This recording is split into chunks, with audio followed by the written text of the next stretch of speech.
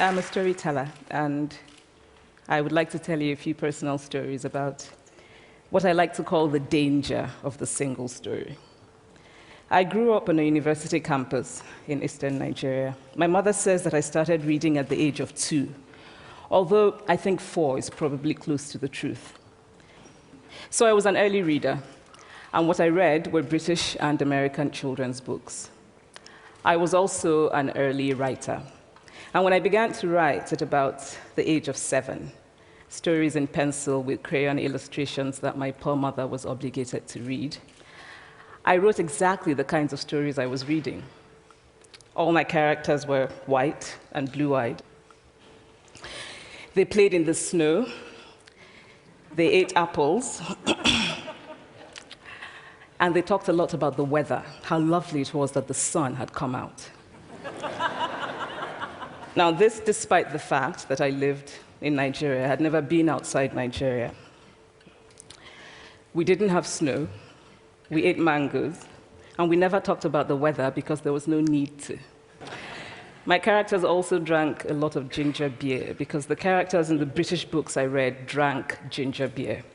Never mind that I had no idea what ginger beer was. And for many years afterwards, I would have a desperate desire to taste ginger beer. But that is another story.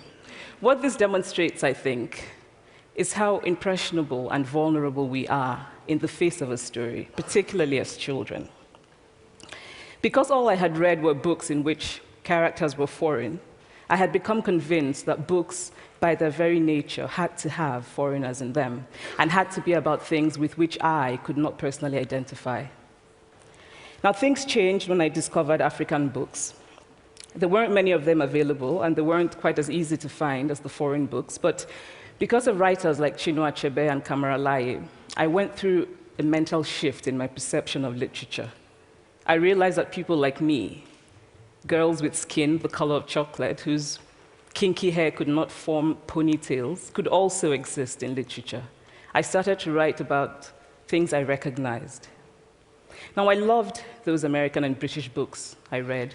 They stirred my imagination. They opened up new worlds for me.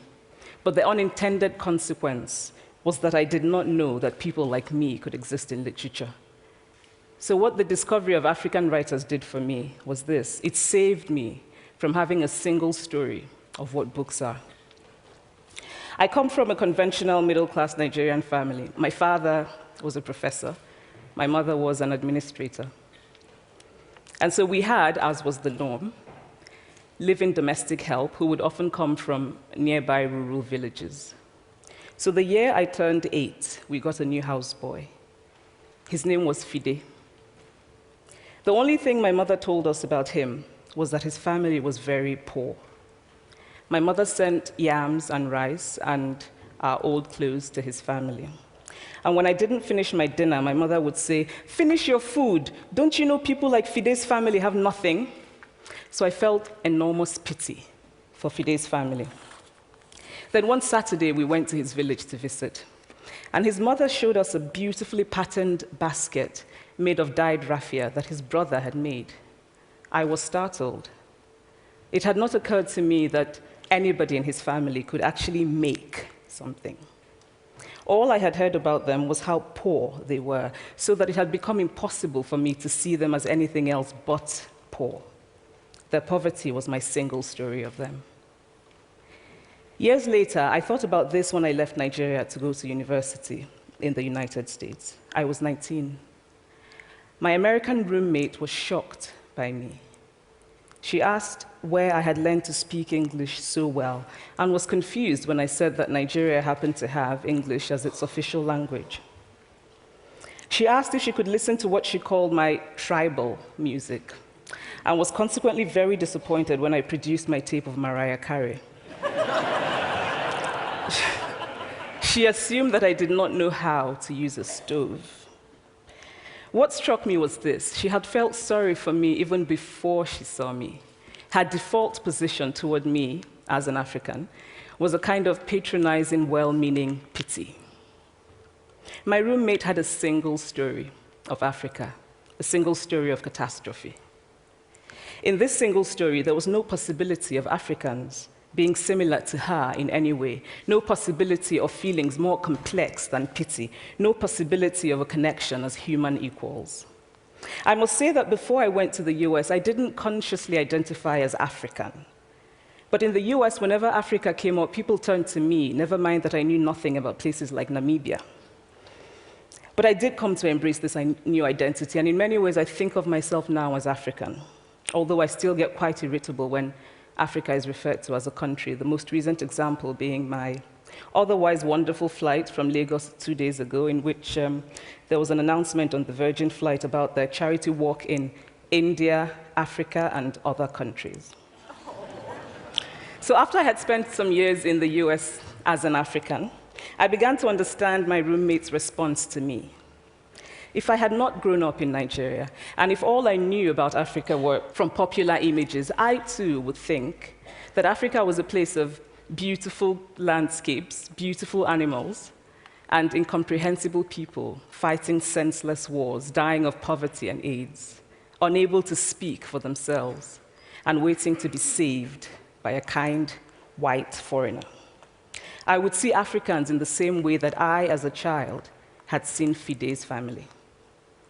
This single story of Africa ultimately comes, I think, from Western literature. Now, here's a quote from the writing of a London merchant called John Locke, who sailed to West Africa in 1561 and kept a fascinating account of his voyage. After referring to the black Africans as beasts who have no houses, he writes, "They are also people without heads, having their mouths and eyes in their breasts." Now, I've laughed every time I've read this, and one must admire the imagination of John Locke. But what is important about his writing is that it represents the beginning of a tradition of telling African stories in the West, a tradition of sub-Saharan Africa as a place of negatives, of difference, of darkness, of people who, in the words of the wonderful poet Rudyard Kipling, are half devil, half child.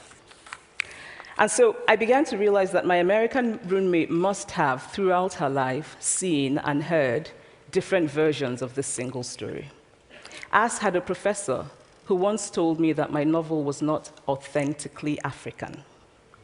Now, I was quite willing to contend that there were a number of things wrong with the novel, that it had failed in a number of places, but I had not quite imagined that it had failed at achieving something called African authenticity. In fact, I did not know what African authenticity was. The professor told me that my characters were too much like him, an educated and middle-class man. My characters drove cars. They were not starving. Therefore, they were not authentically African. But I must quickly add that I, too, am just as guilty on the question of the single story. A few years ago, I visited Mexico from the US. The political climate in the US at the time was tense, and there were debates going on about immigration. And, as often happens in America, immigration became synonymous with Mexicans. There were endless stories of Mexicans as people who were fleecing the healthcare system, sneaking across the border, being arrested at the border, that sort of thing. I remember walking around on my first day in Guadalajara, watching the people going to work, rolling up tortillas in the marketplace, smoking, laughing. I remember first feeling slight surprise, and then I was overwhelmed with shame. I realized that I had been so immersed in the media coverage of Mexicans that they had become one thing in my mind, the abject immigrant. I had bought into the single story of Mexicans, and I could not have been more ashamed of myself. So that is how to create a single story. Show a people as one thing, as only one thing, over and over again, and that is what they become. It is impossible to talk about the single story without talking about power. There is a word, an Igbo word, that I think about whenever I think about the power structures of the world, and it is nkali. It's a noun that loosely translates to be greater than another. Like our economic and political worlds, stories too are defined by the principle of nkali. How they are told, who tells them, when they are told, how many stories are told, are really dependent on power. Power is the ability not just to tell the story of another person, but to make it the definitive story of that person.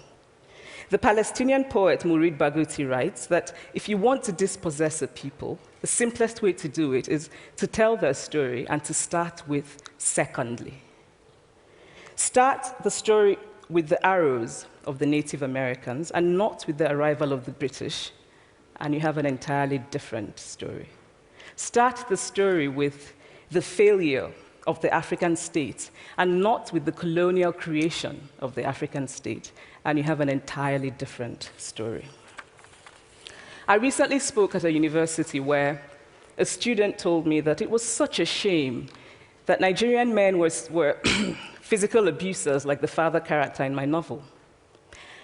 I told him that I had just read a novel called American Psycho, and that it was such a shame that young Americans were serial murderers. Now,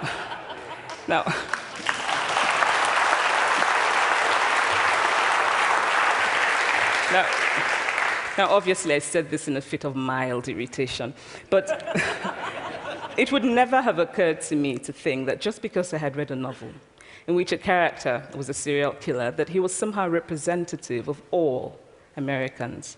And now, this is not because I'm a better person than that student, but because of America's cultural and economic power, I had many stories of America. I had read Tylan, Updike, and Steinbeck, and Gateskill.